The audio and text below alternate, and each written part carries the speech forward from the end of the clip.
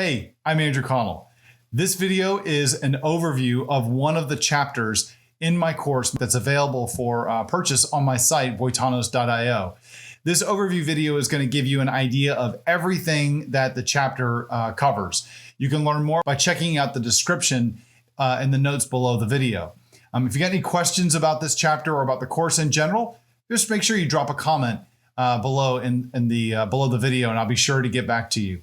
So with that, let me get out of the way. Enjoy the overview to this chapter.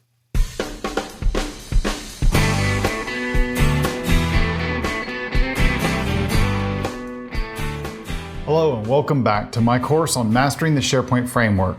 Now in this chapter, we're going to create our very first SharePoint Framework web part project, and we're going to see it work. Now the goal of this is to get a quick win, not to spend a ton of time on theory explaining how everything works. Remember that first time you learned how to drive or write your first Hello World program?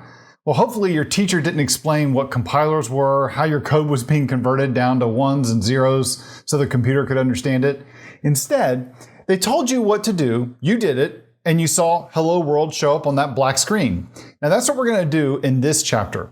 I've got plenty of other chapters throughout this course that are going to go much deeper and explain how everything works. So what we'll do is we're going to create a web part. We're going to get up and running in our developer environment. And then we're going to start making a couple changes to the web part and pick through some of the code so that you can understand what's going on. And then finally, we're going to package up our web part and we're going to deploy it so we can see the full process.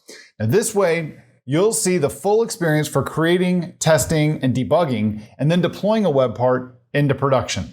Before we get rolling, I want to mention something about what you're going to see in this chapter. The SharePoint Framework is supported both in SharePoint Online as well as multiple SharePoint Server on-premises versions, going all the way back to SharePoint Server 2016. Now in the next chapter, I'm going to dig into the differences between the different environments. But in this lesson, I'm going to assume that you're using SharePoint Online and the latest version of the SharePoint Framework that's available to you. The version of the SharePoint Framework that I'm using in the recording might not be the latest version that's available, so check the lesson notes for any updates or comments that may affect this recording. And if Microsoft releases a new version that's dramatically different than what you see here, I'll update the lesson video. One more thing. Let me address one thing before we get started with this chapter. The creation of a new SharePoint Framework project using the Yeoman generator for SharePoint Framework has changed multiple times over the years since the SharePoint Framework was very first introduced.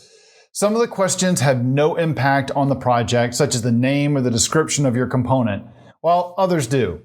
Now, in addition, the prompts that you'll see, they're going to depend on when you run the generator, what kind of a component you're creating, or if you're creating a solution for an on-premises version of SharePoint, or if you're using SharePoint Online. But like I said, in this lesson, I'm not going to go through all the aspects of creating a project. Instead, just like the last topic, I'm going to cover that in the next chapter on digging into the SharePoint Framework. Okay, with all that covered, let's go ahead and get started with this chapter. So I'm going to see you in the next lesson. That ACEs are founded on. You should watch this primer lesson if you've never worked with adaptive cards before. But if you're already familiar with adaptive cards, feel free to skip to the third lesson where we dive right into ACEs. So I'll see you in the next lesson.